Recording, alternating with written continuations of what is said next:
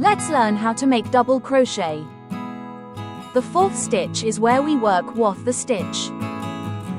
Yarn over, and insert the hook into the stitch. Yarn over again, and pull through the hole.